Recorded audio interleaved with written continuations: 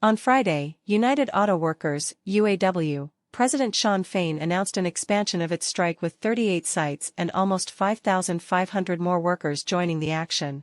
The General Motors and Stellantis parts distribution centers are located across 20 U.S. states.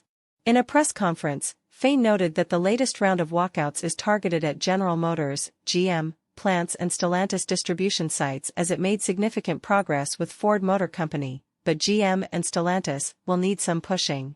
All that represents serious movement on tiers, pay and job security. We want to recognize that Ford is serious about reaching a deal, Fain said. At GM and Stellantis, it's a different story. In a statement, GM said the escalation by the UAW is unnecessary.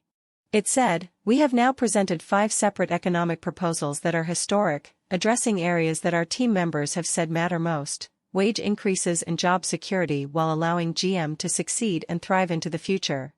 We will continue to bargain in good faith with the union to reach an agreement as quickly as possible," GM added. Stellantis questioned if the UAW leadership ever had an interest in reaching an agreement in a timely manner, in its own statement. They seem more concerned about pursuing their own political agendas than negotiating in the best interests of our employees and the sustainability of our U.S. operations given the market's fierce competition, it added. The UAW's stand-up strike began on September 15, with employees at GM, Ford and Stellantis walking off the job, refusing to work until a new labor agreement was reached and they were offered better benefits and wages. Last week, it was revealed that former President Donald Trump plans to skip the second debate in the GOP presidential primary to hold a rally with the striking auto workers. In a post on Truth Social, the former president said the UAW workers are being sold down the drain with this all-electric car scam. He added, "They'll be made in China, under Crooked Joe's China First policy.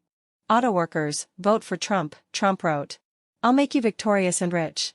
If your leaders won't endorse me, vote them out of office, now.